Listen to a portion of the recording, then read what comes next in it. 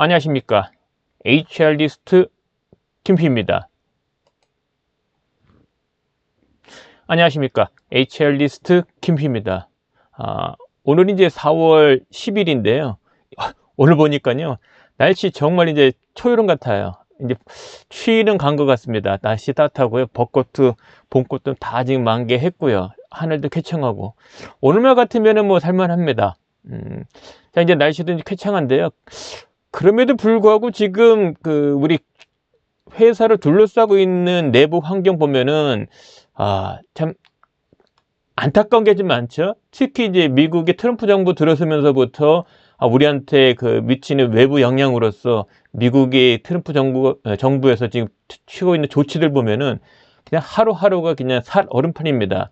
오늘은 뭐 관세에 대한 부분은 뭐 유예하겠다, 또 낮추겠다 이런 소식이 들리다 보니까 상당히 증시를 비롯해서 지금까지 지금 움츠렸던 이런 부분이 반전이 일어나는 것 같아요.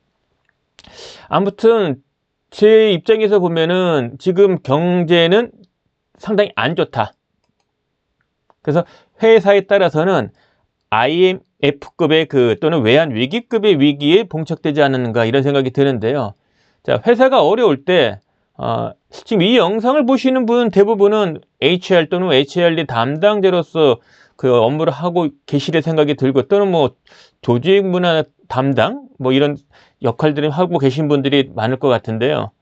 물론 이제 보시는 분 입장에서는 뭐 관심이 없을 수도 있는데, 상식적으로 회사가 어려움에 처했어. 근데 이 어려움을 극복을 해야 될 거 아니에요.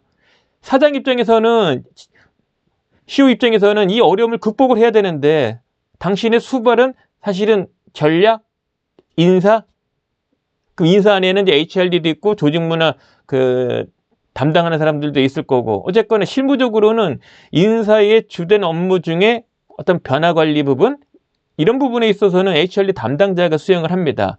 그러니까 그 업무를 맡은 사람이 전담자가 있든 없든 간에 그런 실무가 필요하다는 거죠. 그러니까 사장 입장에서는 위기가 봉착을 하면은 HRD 담당자를 찾아요. 없으면 인사에 이제 이 오달 주는 거죠. 물론 비단 인사뿐만 아니라 모든 부서에 이 위기를 극복하기 위해서 뭔가 아이디어 내놔봐. 이대로 가면 다 죽어. 뭔가 위기 극복을 위한 노력이 필요하지 않겠냐, 이런 부분을 되게 이슈를 겁니다.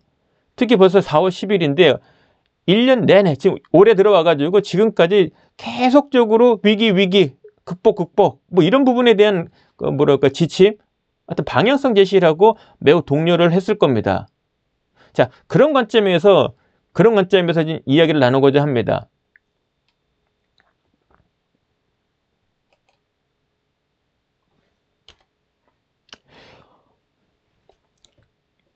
HRD 담당자 입장에서 경영 위기를 극복하는데 요구되는 게 많단 말이에요. 그러면 이런 부분에 대한 거를 좀 관심 가질 필요가 있어요. 한 6가지 주제에 대해서 좀 말씀을 드릴 건데, 회사 상황별, 그러니까 부서나 어떤 실무에 관련되는 관점이 바뀐다. 그러니까 회사가 불황이냐 화랑이냐에 따라서 인사부서에, 특히 HRD 직무를 담당하고 있는 사람에 대해 그 역할에 대해서 보는 관점이 달라진다. 그 부분에 대해서 이야기를 드릴 거고요. 그러면 경영 위기란 부분은 뭐 매출도 안 좋아, 이익도 안 좋아, 구조조정을 해야 돼. 그러니까 이대로 가다가 회사의 존폐가 뭔가 큰 위협을 받는 그런 상황에 봉착을 하면은, 이때 HRD 담당자 또는 전담자가 아니더라도 HRD 실무를 담당해야 되는 사람, 부서에 요구하는 게 있단 말이에요. 뭔가 전사적인 혁신, 그리고 어떤 비용 절감에 대한 대체 마련, 그 다음에 인적 구조조정도 중요한데, 인적 구조조정을 하고 난 다음에 또 봉합을 해야 돼요. 이런 부분에 대해서 누군가가 나서야 된다. 근데 그 역할이 사실은 HRD 담당자 역할이라는 거죠. 그래서 HRD를 바라보는 기대와 또 현실이 있단 말이에요. 뭐 현실은 다 아실 거예요. 존재감 없어요, 평소에는. 그러니까 귀찮게만 해. 가만히 있는데 와서 교육받으래. 그럼 뭔가 바꿔. 그러지 않아도 잘 나가고 있는데 뭘 바꿔? 귀찮은 거죠. 근데 이렇게 위기가 봉착을 하면은 위기 극복에 있어서 누가 나서야 돼, 누가 주도해야 돼 라고 하면 전부 다 HLD 담당자를 쳐다보는 격이 돼요. 평소에는 관심 없고 귀찮다 하면서 위기가 봉착하면은 너 탓이야. 너가 극복을 해야 돼, 주도해야 돼 이래요. 그래서 2025년도는 분명히 위기 상황인 건 맞아요. 물론 반전이 일어날 수도 있는데 아직까지는 위기 상황 그 자체다. 그 뭔가 변화가 필요할 거다. 그러니까 위기 상황에 대해서는 두 가지예요. 위기에 대한 위기가 이제 맞이했을 때 잘 적응해서 극복하는 것. 그거 하나 있고, 자, 위기야. 그러면 지금 우리가 가야 될 곳이 뭐지? 아예 어떤 변화의 수동적인 적응이 아니라 능동적인 변화. 저곳으로 향해서 가자. 아예 위기가 왔으니 어떤 위기에 대한 일일이 대응보다는 아예 판을 바꿔보자. 새로운 곳으로 가보자. 이런 취지의 변화도 사실은 가능은 해요. 그럴 때 당연히 위기에 봉착하면은 전부 다 위만 쳐다보죠. 리더만 쳐다보게 돼 있어요. 진짜 위기가 봉착됐을 때 리더의 실력이 나오는 거죠. 리더의 존재감이 나오는 거고 리더의 실력이 나오는 겁니다. 이제 그런 부분에 있어서 뭔가 누군가는 그런 걸 리딩할 줄 알아야 된다는 거죠. 어떤 리더들의 변화를 뭔가 주도적으로 이끌어내는 것이 좀 필요하다. 그 다음에 그 다섯 번째 이슈로는 그러니까 타이든 자이든 간에 회사 내부의 조직 문화에 대한 정립전파 실천에 대한 것을 누군가 주도를 해야 돼요. 그 주도하는 실무를 어느 부서에서 맡느냐? HR 인사부서예요. HR 부서. 그럼 HR 부서 내에서 이 실무를 누가 하는 것이 가장 타당하냐, 효과적이냐? 이 질문에 많은 사람들이 이제 고민을 하는데 바로 HRD 담당자입니다. 왜냐하면 HRM은 어떤 급격한 변동보다는 뭔가 큰 기복이 심하지 않도록 뭔가 완화시키는 평탄하게 만들어내는 데 쪽에 중점을 두는 거예요. 실무적으로는. 근데 HRD는 디벨롭먼트라는 부분은 바꾸는 거거든요. A에서 B로 없던 거를 있게끔 만들고. 그런 면에 있어서 조직문화 정립전파 실천은 이전과 다른 조직문화로의 정립, 공유, 실천 이 부분을 이끌어내는 거거든요. 특히 CEO 임기가 새롭게 시작하면 당연히 CEO가 강조하는 조직문화로의 변화가 필요해요. 그걸 누군가 해야 된다는 거죠. 그 누군가가 바로 인사에 있는 그 누구, 그게 바로 HRD 담당자라는 겁니다. 자, 끝으로는 누차 제 블로그나 제 저서에서 많이 말씀을 드렸는데요. HRD 직무는 숙명으로 받아들이는 게 맞는 것 같아요. 그러니까 평소와 위기일 때 요구되는 역할이 좀 달라. 근데 평소에는 존재감이 좀 약한데 위기 때는 또 존재감이 커요. 특히 CEO가 바뀌는 시점에서는 되게 존재감이 큽니다. 근데 CEO가 나름대로 안착되면은 또 존재감이 좀 빠져요. 그러다 보니까 인사부서 내에서 생생내기가 쉽지 않아. 그러니까 잘해도 잘했다고 생생내기가 참 어려워요. 그래서 어떻게 표현해야 되나? 뭔가 중요한 것 같은데 알차지 못해. 그 실무자 입장에서 보면은 답답한 거죠. 뭔가 열심히 한 것 같은데 생생내기가 좀 난처해. 그리고 밖에서 보는 것보다 막상 이 실무를 하면은 해결해야 될 이슈들이 전산 목표와 직간접적으로 연관되는 것이 커요. 많아요.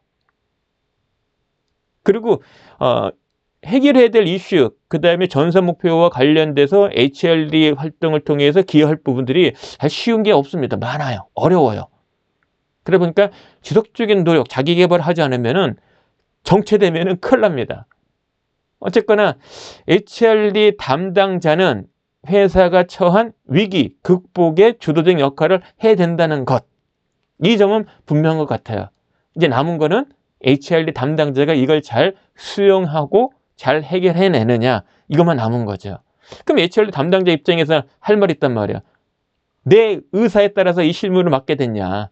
나도 전공자가 아닌데 나보고 어쩌라고 라고 속으로는 막 이제 부글부글 할 거예요. 근데 어쩔 수가 없다.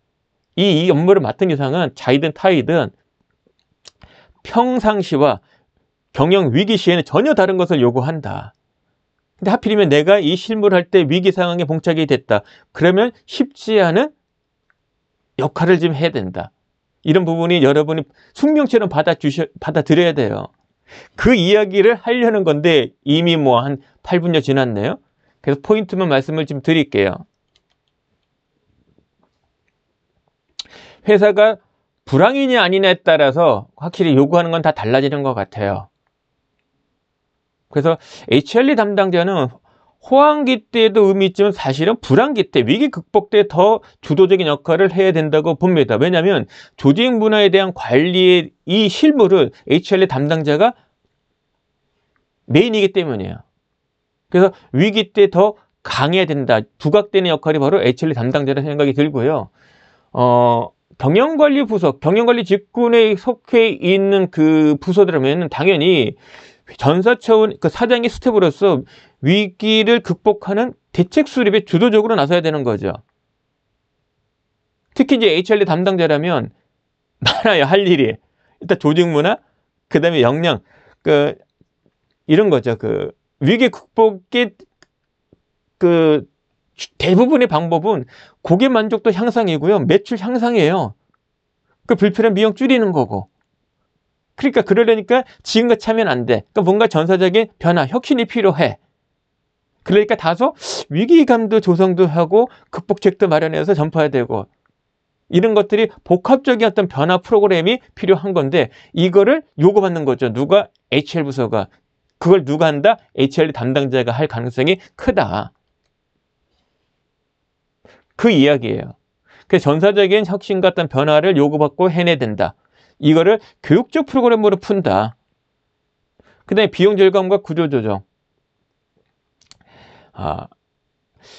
당연히 회사가 위기에 처음에는 간접비 해당이 되는 거, 매출 발생에 직접적으로 연관되어 있는 부서 경비 외에는 다 간접 비용 부분에 대한 건 최소화시킬 거예요. 제로섬으로 할 겁니다. 뭐 틀린 건 아니에요. 그리고 HRD 담당자도 그런 생각 가질 필요가 있어요. 외부 강사에 의해서 이루어질 경우 비용이 많이 발생이 돼서 이렇게 위기에 처하면 비용 절감에 들어가면은 외부 강사 쓸 수 없으니까 교육을 못한다. 이거는 제가 봤을 때는 아주 최소한의 관점인 것 같아요. 돈이 없어서 못한다면은 돈이 없어도 할 수 있는 교육을 마련해야 되는 거죠. 사내 강사 활용하면 되는 거죠. 그죠? 그런 측면에서 어떤 대비책이 사실 마련돼야 된다. 지금 회사가 불황이다 그러면은 불황이라고 그럼 돈이 없으니까 교육 안 한다? 사내 강사 활용하면 되죠. 그러니까 사내 강사를 활용을 해서 얻을 수 있는 최대치를 그런 교육을 개설해서 최대한 효과를 끄집어내야 되는 거죠. 위기 극복, 비용 절감. 그 다음에 하던 일을 더 잘하게 만드는 데 있어서는 내부 강사로도 충분히 내부 사례 강사를 통해서도 충분히 가능합니다. 그런 측면에 좀 접근할 필요가 있다. HRD 담당자에 대한 기대와 현실. 위기 때와 평상시에 좀 바라보는 게 달라요. 이걸 뭐라 하면 안 돼요. 어쩔 수 없어요. 문제는 위기일 때 기대하는 역할을 해내느냐. 이게 이제 관건인 거죠. 자, 그런 면에서는 HRD 담당자가 견임 업무를 하면서 수행하고 있는 회사라면은 상당히 여건이 좀 안 좋은 거죠. 참, 어찌 보면은, 좀 막막할 것 같아요. 평소에는 뭐 그렇게 응원도 안 해주다가 위기 닥치니까 내일이래. 너가 책임져야 되는데. 너만 믿는다. 이렇게 태도가 돌변한단 말이에요. 참 미치고 팔짝 뛰죠.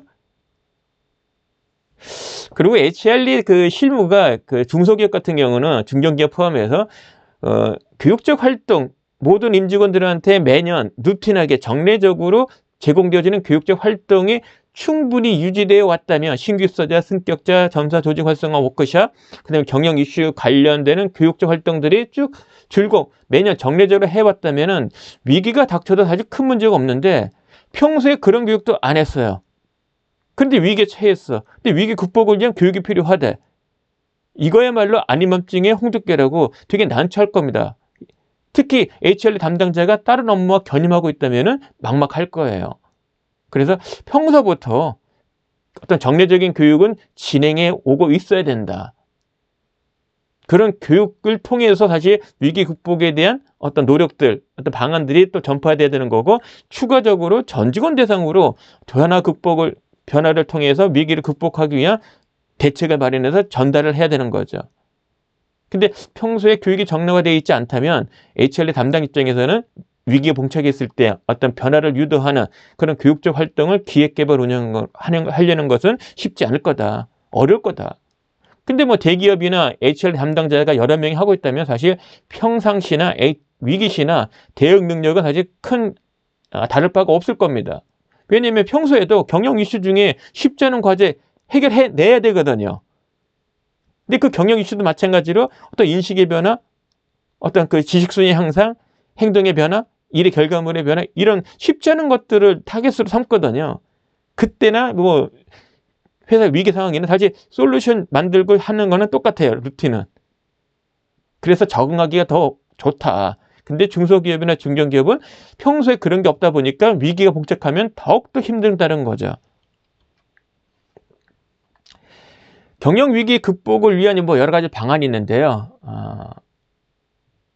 제가 봤을 때는 위기 때 필요한 거는 뭐 당연히 위기에 봉착했으니까 경영진이 팔을 걷고 앞에 나서서 변화를 극복하자는 리딩 할 거예요.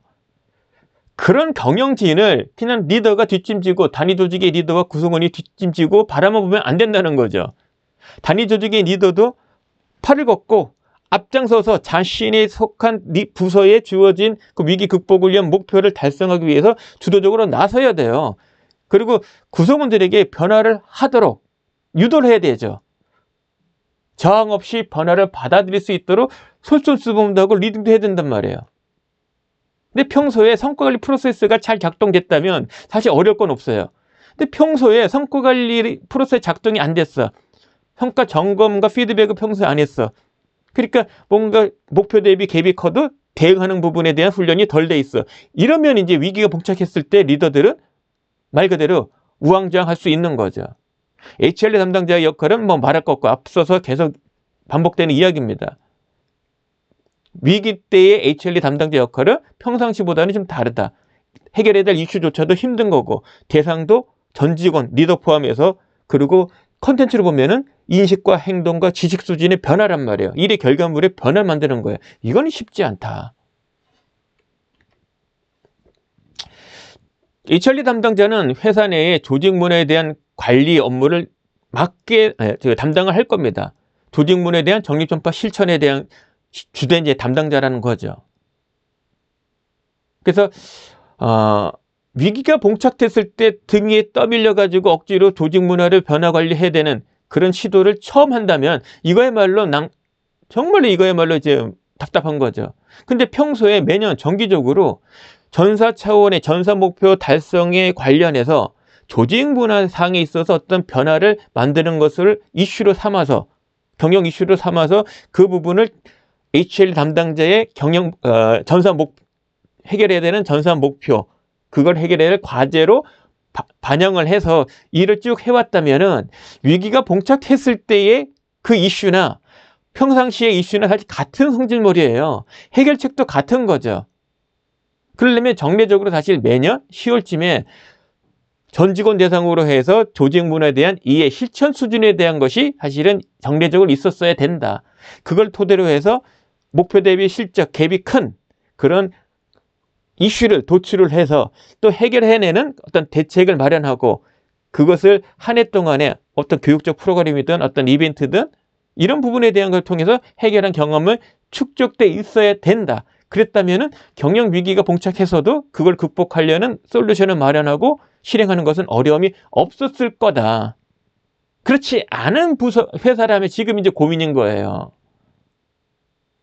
그래서 변화 관리에 대한 그 솔루션은 전사 차원도 있고 단위 조직 차원도 있고, 전사 차원 중에서도 어떤 여러 가지 뭐 리더 대상, 구성원 대상, 전부서 대상으로 하는 것도 있지만, 특정한 사업부, 특정한 어떻게 표현할까요? 다 다래. 특정한 조직만 안 되는 경우가 있을 수 있단 말이에요. 그리고 CEO가 바뀌었을 때 한 3년, 5년짜리의 조직 문화 변화 프로그램이 있고 그 선상에서 매해에 특정한 이슈를 해결하기 위한 문제 해결 프로세스 상에 있던 변화가 있어요. 이 두 가지가 사실은 혼재되어 있습니다. 크게는 CEO 임기 동안에 바꾸고자 하는 조직 문화로 향하는 과정상에 있어서의 변화 관리, 그리고 그걸 해결하는 과정에 있어서 특정한 해에 어떤 특정한 이슈에 대한 해결에 관련되는 문제 해결 프로세스 상의 그런 관점에서의 변화 관리 지금 나눠져요. 그래서 회사가 경영 위기에 봉착했다는 얘기는 전사 차원급인 거예요. 지금 뭔가 그 평소의 이슈보다는 훨씬 더 큰 이슈죠. 마치 CEO가 바뀌었을 때 우리 회사를 바꾸고자 하는 새로운 조직 문화로의 변화, 이 정도 급의 그 스코프로 보시면 무난합니다. 근데 HRD 담당자 자신이 이와 같은 변화 관리 프로그램에 대한 기획, 개발, 운영, 효과 측정에 대한 전문성, 경험이 없다면 참 이것도 난망하죠. 그렇다고 외주주자니까 이것도 비용이 적지 않단 말이에요. 남들은 다 비용 절감하는데 참 난망한 거죠. 그래서 정례적으로 매년 단위 조직의 우리 회사에 대한 조직 문화 진단이라는 부분이 사실은 정례적으로 했었다면 이런 위기가 봉착했을 때 굳이 외부 도움이 없어도 사실은 해낼 수 있었을 것이다. 저는 있다고 봐요. 참, 좀 아쉽죠. 뭐 속 잃고 외양간 고치기 격이 될 수도 있는데 뭐 지금이라도 상관없어요. 특히 뭐 7, 8월 달에 요 2개월 동안은 그런 쪽으로 프로그램을 기획하고 개발하고 운영하고 그다음에 효과 측정에 대한 방법도 진단이죠. 이런 서비스 부분도 좀 마련을 한다면은 뭐 8월 달 이후에 전사 위기 극복을 위한 어떤 그 전사 프로그램에 대한 도입, 시행도 가능하다고 봅니다.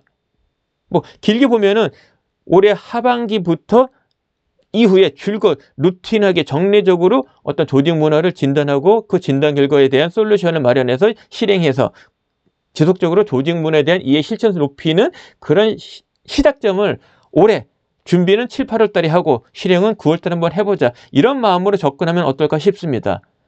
뭐 전하위복이죠. 이러면 올해 위기도 극복하고 내년도 이후에 조직 문화 관련해서 정례적으로 해야 될 일들을 이 팀에 다 마련한다.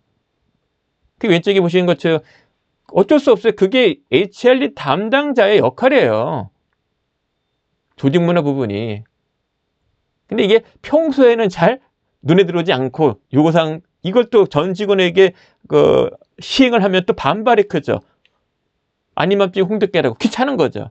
근데 이렇게 위기가 처하면은 이거는 수용면에 있어서는 구성원들이 저항하기가 좀 쉽지 않죠. 어렵죠. 왜? 리더부터 나서고 경영진도 나서는데 이거를 못합니다. 못하겠어요. 배짜라 할 수가 없는 상황인 거죠. 또 위기라는 게 느껴지니까 뭐라도 해야 되는데 이건 또 기회입니다. 그래서 참 위기가 또 변화이기도 그 변화의 기회이기도 해요. 이게 좀 동전의 양면, 뭐 칼의 양날 같은 그런 느낌입니다.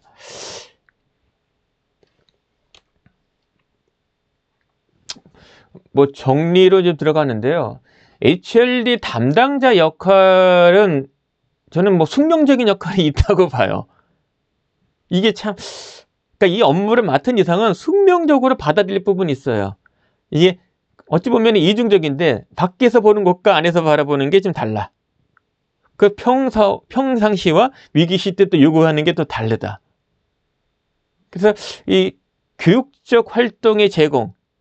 근데 따지고 보면은 모든 리더와 구성원들이 전사 목표와 연관이 된 전략 과제를 받아가지고 수행을 하려면 결국 성과가 발생을 해야 된단 말이에요. 목표치만큼의 성과가 나와야 되는데 성과가 나오려면은 퍼포먼스가 나오려면 능력과 역량 발휘가 최대화돼야 돼요. 그럼 회사에서 그 성과 창출에 필요한 회사에서 요구하는 역량은 회사에서 제공하는 거거든요. 그 부분에 대한 것을 누가 제일 잘하느냐? HRD 담당자 역할이란 말이에요. 근데 평상시에 이걸 요구하면은 성과관리 제도가 도입되지 않은, 정착되어 있지 않는 회사라면은 아닌 밤중에 홍두깨죠. 귀찮은 거예요. 그러니까 어떻게 보면은 평상시에는 HRD 담당자가 하는 일들이 임직원들한테는 뭔가 이 가시 같아. 안 해도 되는데 왜 굳이 해가지고 옆구리 콕콕 찔러. 귀찮아. 가시방석 뭐 이런 느낌. 자, 그럼에도 불구하고 HRD는 사실 이 여러 가지 겹을 까나가 보면, 속살을 보면은 정말 가치 있는 일을 해요. 정말 가치 있는 일을 합니다. 그리고 자신을 위한 게 아니라 타인, 회사의 리더와 구성원들의 그 쉽지 않은 퍼포먼스를 만드는 데 도움되는 그런 교육적 활동을 기획개발 운영해서 도움을 주고 있는 거죠. 그리고 눈이 얘기하지만은 위기 때는 또 평상시도 마찬가지인데 어떤 조직 문화에 있어서 변화 부분에 대한 것을 주도적으로 역할을 해내야 된다.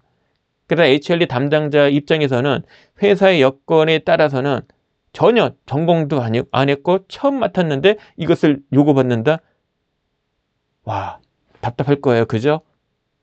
어떨 때는 배째하고 싶어요. 그러니까 이 업무가 싫은 거죠. 그러니까 회사마다 HRD 담당자 근속이 보면 회사마다 길지 않을 겁니다. 뭐 기름 회사도 있겠지만 대부분은 짧을 거예요. 그러니까 계속 그 자리에 왔다 뭔가 고객에서 몇몇몇 돌아요. 이만큼 가야 되는데 그 자리에서 여기서 왔다 갔다 해요. 참 아쉽죠? 자, 그러면 미래의 HRD 담당자 역할은 뭐냐? 뭐 지금까지 얘기한 걸 정리하면 이건 과거 90년대 후반부터 지금 또 앞으로도 마찬가지예요. HRD 담당자한테 요구하는 거는 전사 목표 달성에 필요한 어떤 이슈가 있어요. 경영 이슈들이. 생산에, 마케팅에, 재무에, 또는 영업에, 경영관리 직군에 등등등등등 뭔가 이슈가 있어. 그 이슈를 교육적 활동으로 풀 수 있으면 해결해라. 그런 이슈가 있으면 해결하는 데 관여해라. 직접적이든 간접적이든. 그 이야기고요. 지금은 AI 이제 활용을 하다 보니까 AI 프로그램 이용하면은요, 과거에 혼자서 못했던, 어려워했던 어떤 데이터 분석들을 쉽게 할 수 있어요. 가령, 지금 되게 설문조사를 하면은 단순 평균만 낼 겁니다. 조사 항목에 대한 보기에 대한 응답. 이 응답이 몇 프로냐? 응답자의 몇 프로냐? 평균값이 얼마냐? 이 정도일 거예요. 근데 통계를 돌리면은 궁극적으로 얻고자 하는 결과물의 수준에 어떤 요인, 어떤 항목이 영향을 미쳤느냐, 이 부분에 대한 관계성, 연관성 부분을 알아볼 필요가 있잖아요. 그러려면 통계 프로그램을 돌려야 돼요. 통계 프로그램을 돌리기 위해서는 일단 데이터가 수집이 돼야 되는데 대부분 회사는, 담당자들은 설문조사를 하니까 데이터 확보는 가능해요. 문제는 그걸 활용해서 통계적인 분석을 통한 값을 도출하는 것, 해석하는 것이 어렵다는 거죠. 근데 이제 AI 프로그램 보면은 로데이터만 줘도, 또는 통계 프로그램에 돌린 데이터 값만 줘도 해석을 해줘요. 의미 있는 것을 알려줍니다. 그래서 의사결정을 내릴 때 큰 도움 된다. 사실 이건 매우 중요해요. 과연 교육에 효과, 영향 미치는 게 뭐지? 직원들이 회사에 대한 충성도 또는 직원이 만족도에 영향 미치는 게 뭐지? 금전적인 것만일까? 과연 그럴까? 아니라면 어떤 거지? 관계가 있다면 얼마큼 관계가 있는 거지? 그럼 작년엔 A라는 것이 직원 만족도에 영향을 줬다면 과연 올해는? 그건 누구도 장담 못해요. 막상 통계 프로그램을 돌리면 의외로 우리가 생각했던 선입견과 다른 결과가 나올 때가 종종 있습니다. 그런 면에서 확실히 할 필요가 있어요. 이 통계 프로그램. 그러려면 데이터, HRD 활동은 교육전과 교육 후에 변화 만드는 겁니다. 교육전의 상태, 교육 후의 상태, 이걸 객관적인 데이터로 사실은 파악하고 입증해야 돼요. 그래야 현재 수준, 그 다음에 교육의 효과를 입증할 수 있는 거죠. 과거, 현재, 앞으로도 마찬가지. 어떤 조직의 혁신, 변화를, 어떤 혁신에 대한 부분을 이끌어가고자 할 때 누군가 주도적으로 한다면 당연히 경영진 리더가 하는데, 스텝으로서 누가 뒷받침할 거냐 둘러보면은 HRD 담당자만 남아있을 거다. 그래서 이건 뭐 모든 임직원들한테 적용되는 겁니다. 뭐 HRD 담당자도 직장에 속해 있는 회사 내 n분의 1로서 당연히 위기를 위기로만 느끼지 말고 어떤 극복하는 데에 어떤 그 저 좋은 회사를 성장하는 기회로 활용할 수 있도록 그런 쪽에 기여를 해야 되는 거고요. 당연히 회사가 처한 환경은 앞으로도 더 만만치는 않을 거고 요구하는 능력도 상당히 고도화될 겁니다. 단적인 예가 지금 AI를 활용하는 그런 능력도 지금 요구하지 않습니까? AI가 뭐예요? 뭐 이렇게 답하면 안 되잖아요. 요구되는 건 많고 할 거는 많고 당연히 생산성을 높이기 위해서도 AI를 활용할 수가 있는 거죠. 그리고 어떤 그 과거와 달리 현재와 달리 앞으로의 일하는 환경에 대한 어떤 그 환경에 있어서 리더와 구성원들에게 요구되지는 능력과 역할이 뭘까? 이런 부분에 대한 고민은 지속적으로 해야 될 거라고 생각이 듭니다. 그런 면에서는 챗GPT 이런 부분이 도움된다는 거예요. 공부하는데. 자, 마무리입니다. 또 20여 분 되네요. 꼭 한 10분대로 끝내려고 하는데 꼭 이렇게 주제가 또 이 HRD 관련된 주제라면 또 길어집니다. 짧게 할게요. 자, HRD는 누가 뭐래도 조직의 성장의 핵심 동력이다. 이거 부인하는 사람 있으면 그가 와서 하라고 해요. 그 다음에 위기시 변화관리의 선봉에 서는 역할. 어쩔 수 없어요. 사장이 스텝이에요. 사장이 수벌입니다. CEO가 위기 극복을 하기 위해서 나서는데 도와줘야죠. 경력지만 앞으로 보낼 수는 없잖아요. 그럼 누군가 따라가야 될 거 아닙니까? 바로 그 뒤에 바로 여러분이 서 있는 거다. 그리고 여러분의 의사 상관없이 조직 문화 형성. 그러니까 위기 극복을 위해서 필요한 조직 문화를 만들어야 되잖아요. 그 정립하는 데 있어서 여러분이 중추 역할을 한다. 그리고 지속적인 자기 개입을 통해서 시대에 어떤 회사가 필요로 하는 이슈 해결에 필요한 능력을 항상 보유하고 있어야 된다. 그래서 통계 프로그램, 그러니까 설문조사를 통해서 확보한 데이터를 의미 있게 해석할 수 있는 능력, 그 과정에 챗 GPT나 이런 AI들이 좀 도움이 될 거다. 이익만 따진다면 HRD 실무는 실용적이지는 못해요. 인풋만큼 아웃풋이 안 나옵니다. 그러다 보니까 뭐 고만고만 무난하게 일을 하려고 해요. 그래서 헌신이란 관점에서 봤을 때 헌신, 그게 뭔데? 이러면 안 됩니다. HRD 담당자는 헌신이란 부분에 있어서는 사실 정말 헌신하는 사람의 손가락 안에 드는 그런 역할을 하셔야 돼요. 그건 어쩔 수 없습니다. 또 그래야 위기 또 극복이 돼요. HRD 담당자부터 헌신하지 않는다. 그럼 누가 헌신하겠습니까? HRD 담당자가 헌신적인 모습을 보여요. 그 모습이 바로 변화를 이끌어내는 시작입니다. 그래서 회사가 어려울 때 사실 이때 빛이 난다. HRD 담당자는 평소보다는 위기가 처했을 때 그 일의 가치가 잘 부각이 된다. 그래서 뭐 그동안에 HRD 실무에 대해서 뭐 쏘쏘한 느낌 가졌다면 뭐 그럭저럭 뭐 평균적인 그런 인식을 가졌다면 좀 이제 자부심 좀 가지시라. 그래서 이런 위기 봉착을 했을 때 극복하는 노력들이 여러분 자신, HRD 어떤 회사 내에서 HRD 직무를 바라보는 관점이 조금 더 상향되지 않을까. 그래서 나중에 HRD 실무할 때 조금 더 호응을 얻지 않을까. 그런 생각을 좀 가져봅니다. 자, 오늘 이야기는 여기까지입니다. 자, 경영위기 극복 위해서 HR 담당자가 할 일이 있다는 거 잊지 마시고요. 자, 여러분들 응원합니다. 고맙습니다.